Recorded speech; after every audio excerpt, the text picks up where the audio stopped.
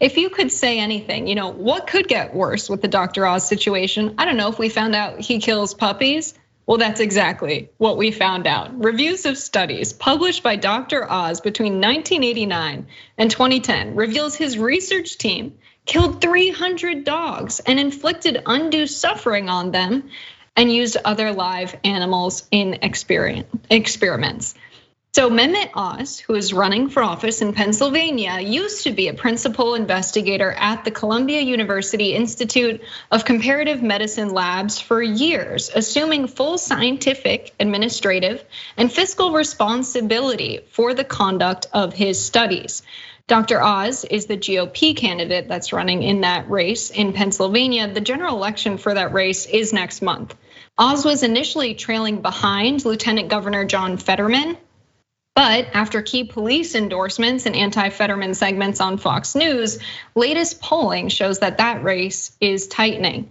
So let's get into these experiments. Over the course of 75 studies published in academic journals reviewed by Jezebel, Oz's team conducted experiments on at least 1,027 live animal subjects that included dogs, pigs, calves, rabbits, and small rodents.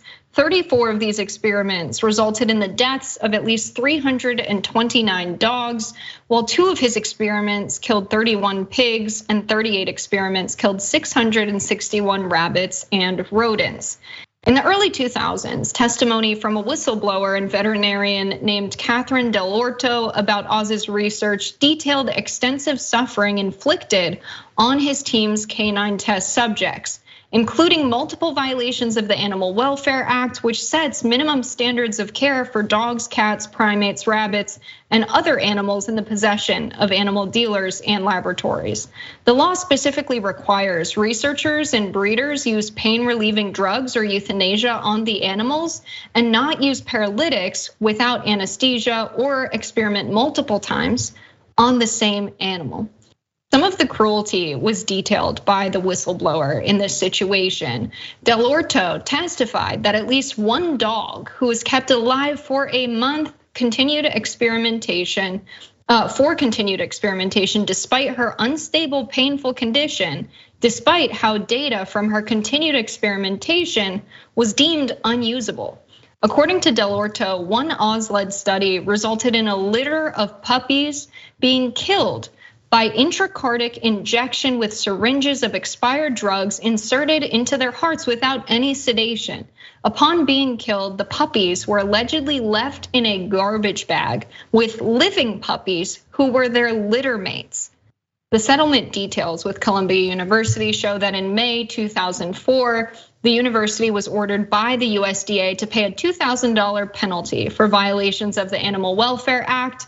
The fine paid by Columbia was the result of a settlement between the university and the USDA based on the findings of Columbia's internal investigation of Oz's research. So that makes a lot of sense. It's an internal investigation. Columbia decides what the outcome of this will be, and this was Oz's lab at Columbia, and the fine was $2,000. Makes a lot of sense. The USDA accepted these findings, but according to Dell'Orto, the review was faulty and had investigators on the committee that were also complicit in this type of poorly designed, cruel animal experimentation. Dell'Orto also noticed that while Oz wasn't the one who euthanized the dogs and puppies himself, when your name is on the experiment and the way the experiment is designed to inflict such cruelty to these animals, by design, there's a problem.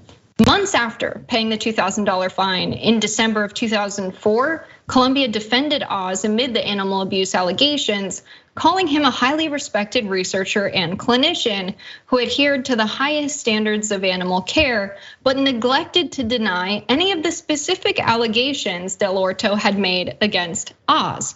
So pretty much the payment of this $2,000 fine was admission of what had gone on. Whether or not this punishment is appropriate for what Oz has done is irrelevant. It's pretty clear that he did these things. This past April, the university seemingly cut all ties with Oz.